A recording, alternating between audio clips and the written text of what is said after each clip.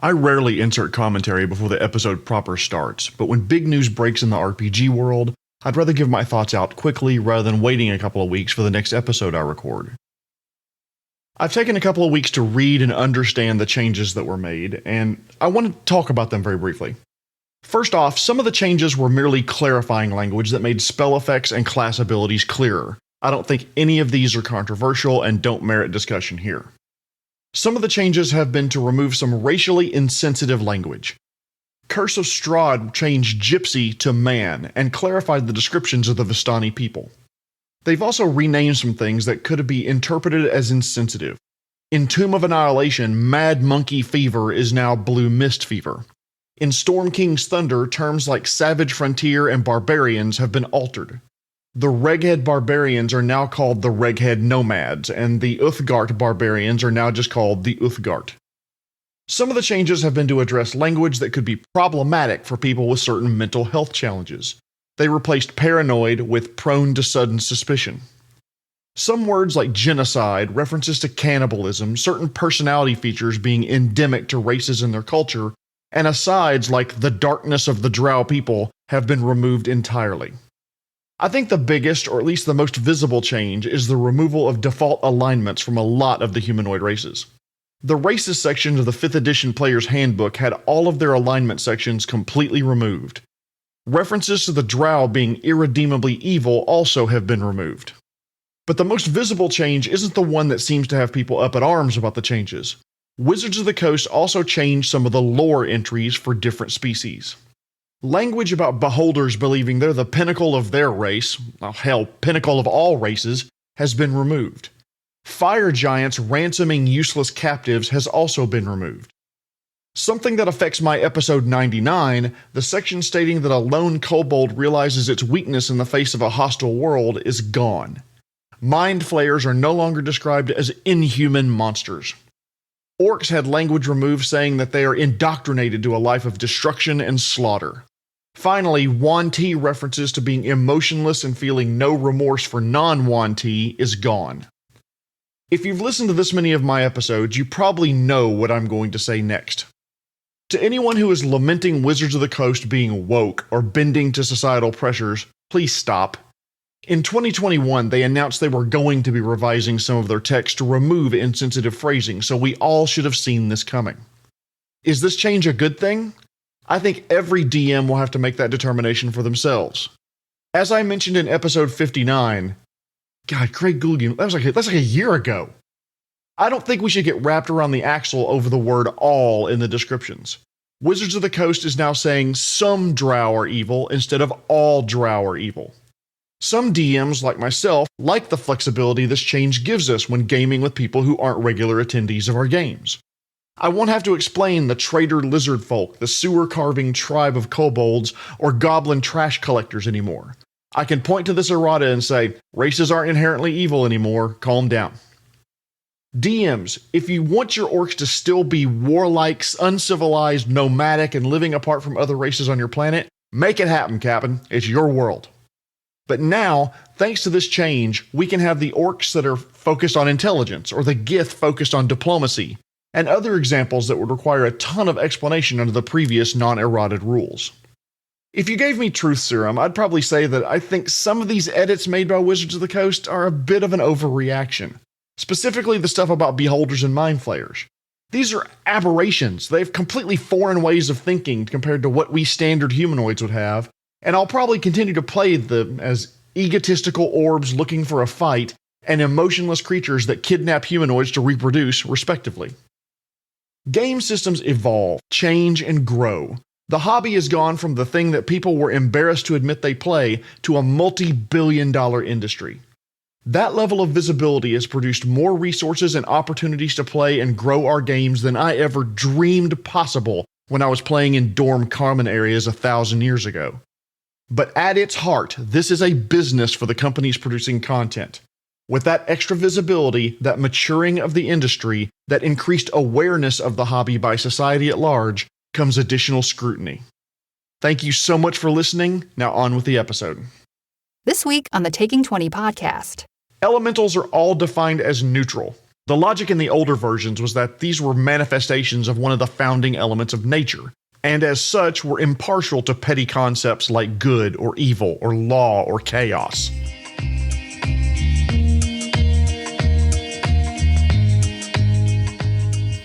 Ladies and gentlemen, welcome to episode 106 of the Taking 20 podcast. This week, continuing the monster series all about elementals. This week's sponsor, well, this is appropriate, the New Year. Did you hear about the person that was teaching trigonometry lessons at the party just before midnight? He really helped us understand Auld Lang Syne. Happy New Year, everyone.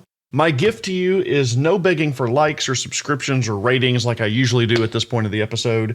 Just take my sincere wish that everyone's 2022 is much better than 2021 was. The ancient Greeks believed that everything on Earth was made up of four elements: earth, fire, water, and air. This concept was the cornerstone of their science, philosophy, and medicine. Dungeons & Dragons, and later Pathfinder and Starfinder, borrowed this idea to incorporate the concept of these four elements being the building blocks of the multiverse. But what are elementals and how are they related? Elementals were the corporeal incarnations of the four foundational elements: air, earth, fire, and water. They are creatures composed entirely of one of those classic elements animated from the energy of their home planes. Home planes? What, like the 777s? No, wrong kind of plane. In D&D, Pathfinder, and Starfinder, and many other gaming systems, there are these things called elemental planes of existence. On these planes, one of those four elements reigns supreme. For example, the elemental plane of water is an ocean without a surface and without a bottom. It's water as far up as you want to go and as far down as you want to go, and infinitely in every direction. There's no sun on the plane, but it's illuminated in a bluish-green glow.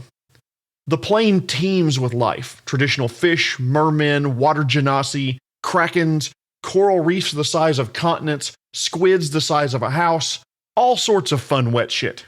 No, not wet shit. That's an unfortunate turn of phrase. That sounds like I meant when you fart and you strike oil. Let's try that again. All sorts of fun stuff happens when you're wet. Look, if you don't at least get moist on the plane of wetter than the nose of a nearsighted gynecologist. Like it's been spurting. I keep trying to use an analogy and it keeps turning into a sex joke. And my wife is looking at me like I'm a moron. I think it's time to just move on to my next point. Wetter than a mermaid's Fine. Water elementals are living creatures made of water. Duh. Not all water becomes an elemental, but certain conditions have to be met to make them spring into existence. Similarly, on the elemental plane of fire, everything burns. The atmosphere is fire. There are molten liquid fire lakes. The land is on fire. The atmosphere is hot enough to melt most stone, and most mortals will turn into charcoal briquettes in about 6 seconds. The plane of Earth is an infinite expanse of solid material with little pockets of air and water scattered throughout. And you can imagine what the plane of air looks like: infinite gases as far as the eye can see, pockmarked with occasional small sections of solid material, no bigger than an asteroid. There's a lot more to the elemental planes than I have time to cover here, so if you're interested in an elemental planes episode, leave me some feedback or a comment below. But what are elementals made of? They are living creatures that spring to life, and they're made up of the stuff of their plane. A fire elemental is a walking fire. There's not a solid body underneath it that's on fire. It's literally just fire, all the way through. Water elementals take the shape of humanoids, but they can also be whirlpools or waves. Air elementals can appear as tornadoes. Earth elementals look like walking humanoids made of rocks that can swim through the earth the way we do water. Even on this plane, they're at home in environments that are lethal to us, which is a completely foreign concept. There are creatures on Earth like that, like some, creatures that live in thermal vents in the ocean that would fry us if we got close to them. Similarly, these elementals can be very, very comfortable in environments lethal to us. For a very dated comparison, there was a mini-series called Alien Nation that was on TV in the late 80s and early 90s. It was one of my first introductions to fairly hard sci-fi storytelling, and it's indirectly led to my love for sci-fi shows like The Expanse. Anyway, these aliens have different biologies to us. If they drink sour milk, they got drunk. And importantly for this point, salt water was lethal to them. So Where did they land on Earth? California, right next to saltwater. Of course, it makes a whole shit ton of sense. Why? Yeah, moving on. Anyway, there's a scene where humans are killing one and they just grab it and march into the sea and it just dissolves. It dies a horrific death, whereas humans walking into the ocean were perfectly safe. But it was absolutely deadly for these aliens. Now you may be saying to yourself, Jeremy, I don't remember that show. Well, just pretend I'm your grandpa rambling about how old sarsaparillas were a nickel, and if you were lucky, you got to see a woman's ankles the day before the wedding. And if she let you see a calf, you knew it was going to be a fun wedding night. How the hell did I get here? Anyway, elementals do have some common characteristics. They date all the way back to first edition Dungeons & Dragons and the very first monster manual that was released in 1977. They were described as being, quote, strong but relatively stupid beings conjured magically from their natural habitat. Back then, they were mostly found outside of their native planes if they'd been summoned, and if the summoner lost control of the elemental, there was a 75% chance the elemental would turn on the creature who summoned it and beat the shit out of them. Further editions expanded their lore, going into detail about elemental lords, more powerful versions of elementals that couldn't be summoned from their home plane, and these powerful creatures had abilities above and beyond what regular elementals have. Elementals are all defined as neutral. The logic in the older versions was that these were manifestations of one of the founding elements of nature, and as such were impartial to petty concepts like good or evil or law or chaos. All elementals come in various sizes, and the size is a direct correlation to the amount of power they have. Weak elementals will be small or medium sized depending on the edition and version of the game that you're playing. As they grow in power, you'll find large, huge, and even gargantuan-sized creatures 80 feet tall that can destroy entire towns without breaking a sweat. All elementals also have dark vision, so they see just as well in pitch darkness as they can in daylight. Elementals can be found on nearly any plane of existence except for those that are openly hostile to their nature, if you will. I doubt you'd find water elementals on the plane of fire, for example. There was one version of Dungeons & Dragons, I believe it was 3.0, that labeled the water and fire planes to be diametrically opposed and similar for air and earth. I don't get that feeling from what I'm reading in 5th edition though, so it's probably not true anymore. So how will you use them in your campaigns? Well, it kind of depends on what they're doing, and what they're doing depends on how they got here. If they were summoned for a purpose and commanded to perform a task, the players will likely find them performing that task. If they're free-range elementals, most likely they're just going about their day, searching for a comfortable place to rest or whatever. They're neutral. They don't need to breathe or eat or sleep or hunt.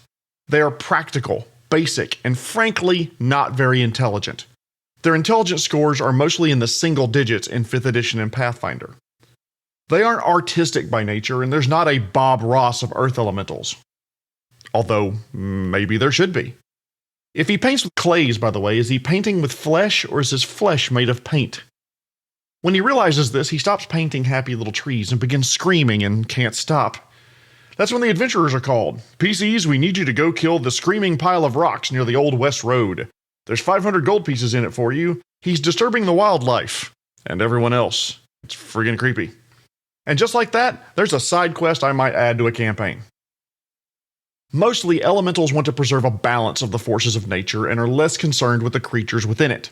An air elemental, for example, may defend a particular very windy pass in the mountains, not because of the goats that frequent it, but because it's a representative of the force caused by air. But suppose the PCs do get in a fight with elementals. How do they fight? As always, the book, The Monsters Know What They're Doing by Keith Ammann is a great resource here, and it goes into much more detail than I have time to. To boil things down from their stat blocks, though, here's the way I fight with them. Air elementals are fast and can get in and out of fights very, very quickly. I usually have them fight like ambushers and use their flying mobility to their advantage. Earth elementals are strong combatants who can glide into the earth like it's water. They will try to overwhelm enemies with their physical strength.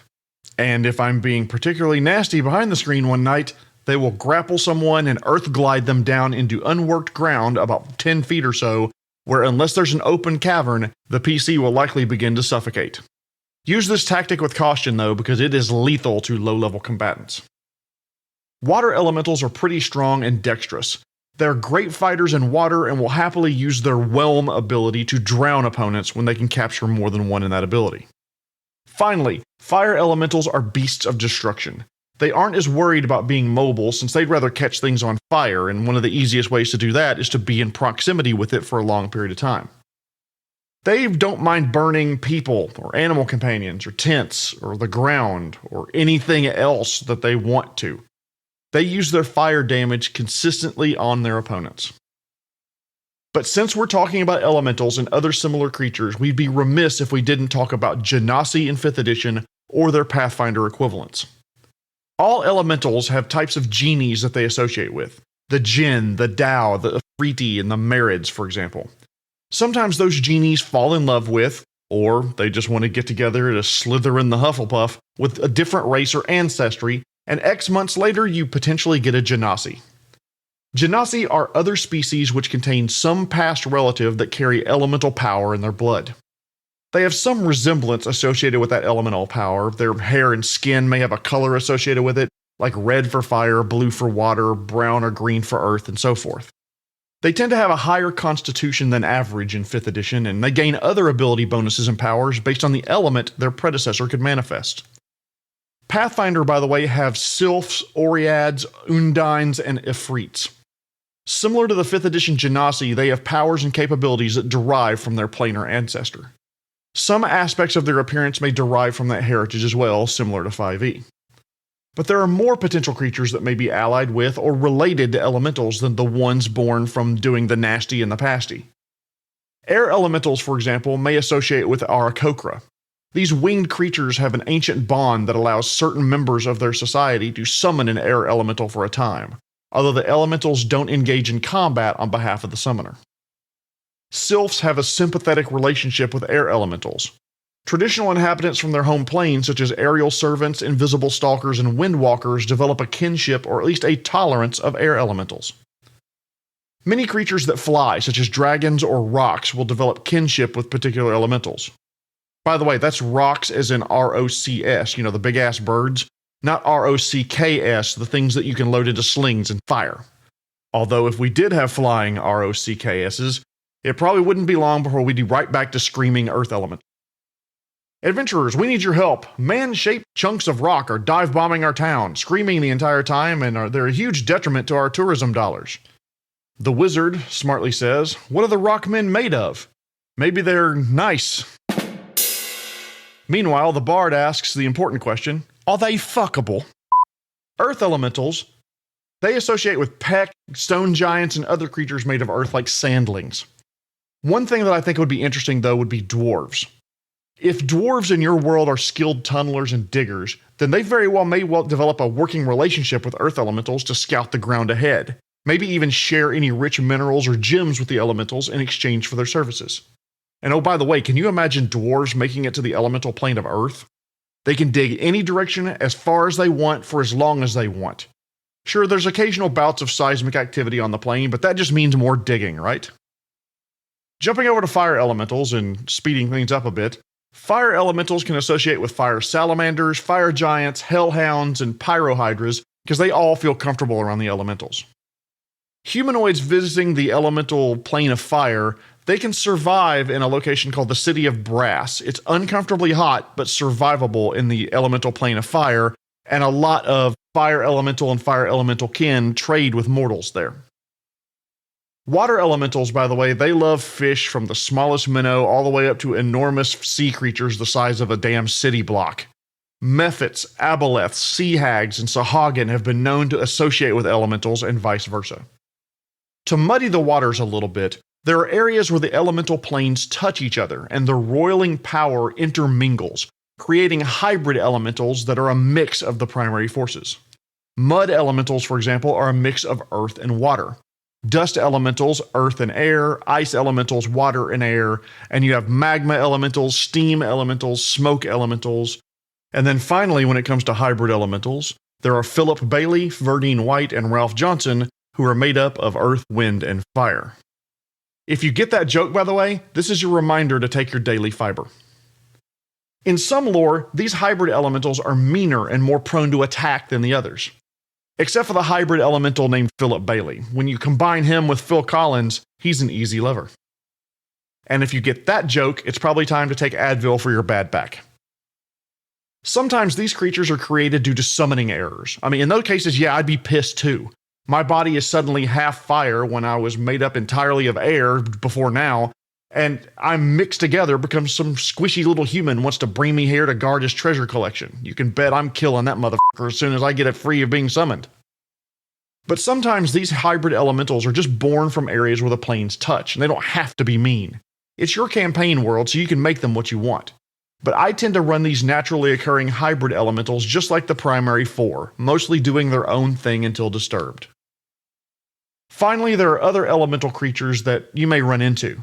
Lightning elementals, acid elementals, blood, obsidian, venom elementals. These are all rarer forms of elementals that add some gameplay mechanics to the traditional elemental build. They fight differently, have different powers that you can present a unique challenge to your players.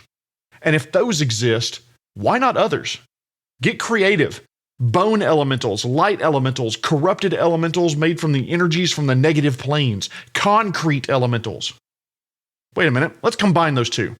What if your campaign takes place on Earth thousands of years after the fall of man, and the power of whatever evil force took us out has leaked into the fallen cities and structures we left behind? So there are giant walking concrete and asphalt elementals that collect sand, aggregate, and tar to build more of their kind in their own image. That sounds fucking terrifying and fun as hell. Elementals are monsters made up of one of the four elements that made up the world. They will generally leave you alone unless you disturb them or prevent them from accomplishing whatever task has been put in front of them.